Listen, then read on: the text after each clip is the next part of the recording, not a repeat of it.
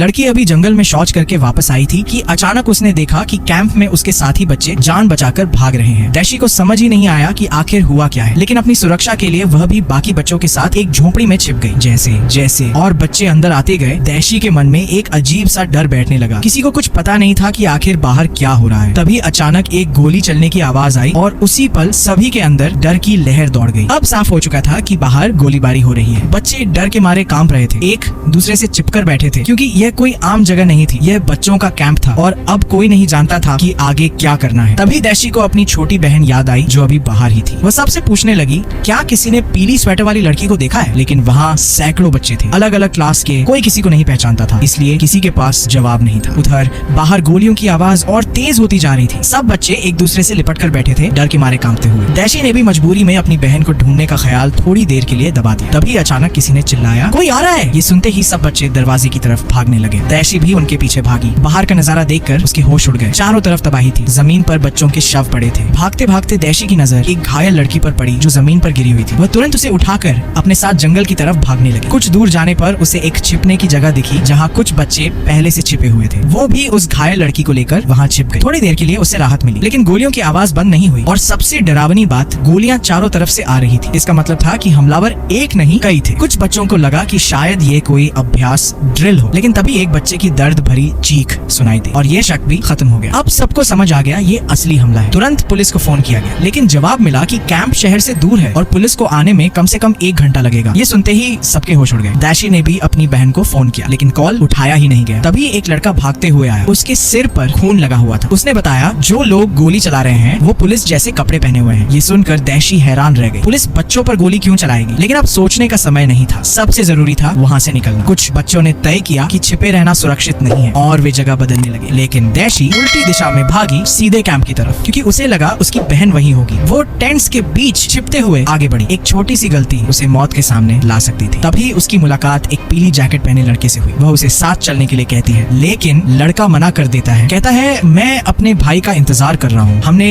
यहीं मिलने का वादा किया है। डैशी उसे समझाती है, यह जगह सुरक्षित नहीं है, जल्दी भागो। और जाते जाते कहती है, अपनी पीली जैकेट उतार दो वरना हमलावर तुम्हें देख लेंगे। लेकिन लड़का नहीं मानता और डैशी आगे बढ़ जाती है। कुछ देर बाद वह अपनी बहन के टेंट तक पहुंचती है, लेकिन वहाँ कोई नहीं होता। वह फिर फोन करती है। तभी उसे पता चलता है कि उसकी बहन फोन भी साथ नहीं लाई। उसी समय बाहर किसी के कदमों की आवाज आती है। डैशी डर के मारे हिलती भी नहीं। जब आवाज चली जाती है तब वह बाहर निकलती है। अब उसके पास एक ही रास्ता था, जंगल की ओर भागना। लेकिन जंगल अब सबसे खतरनाक जगह बन चुका था। वो एक पेड़ के पीछे छिप जाती है। पास में कुछ बच्चे भाग रहे होते हैं। डैशी डर से सिकुड़ जाती है। जब सब शांत होता है वह आगे बढ़ती है। तभी उसे एक और घायल लड़की दिखती है। वह उसे उठाने की कोशिश करती है, लेकिन लड़की की हालत बहुत खराब होती है। पीठ में गहरा घाव होता है। वो मदद के लिए दौड़ती है, लेकिन कोई रुकने को तैयार नहीं। सब अपनी जान बचाने में लगे। वो वापस आती है। लड़की दर्द से तड़प रही होती है। डैशी अपने कपड़े से उसका घाव बांधती है, लेकिन कोई फायदा नहीं। लड़की उसे कहती है, मुझे छोड़कर मत जाओ। डैशी उसे छोड़कर नहीं जाती। वह वहीं उसके साथ लेट जाती है। तभी एक हमलावर पास आता है। डैशी लड़की का मुंह दबा देती है, लेकिन कुछ देर बाद लड़की की सांसें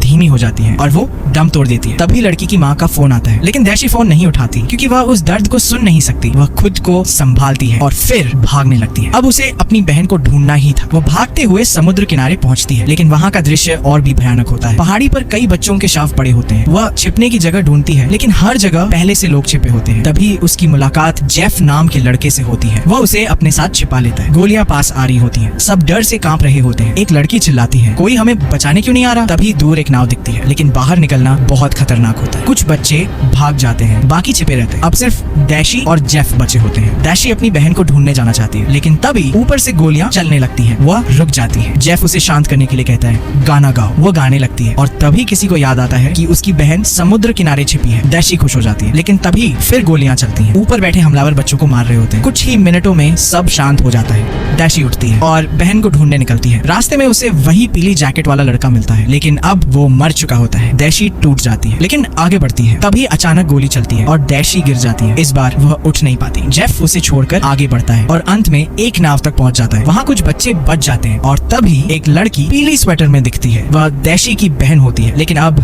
बहुत देर हो चुकी होती है। कहानी यहीं खत्म होती है। ये फिल्म एक सच्ची घटना पर आधारित है और असल घटना इससे भी ज्यादा दर्दनाक थी।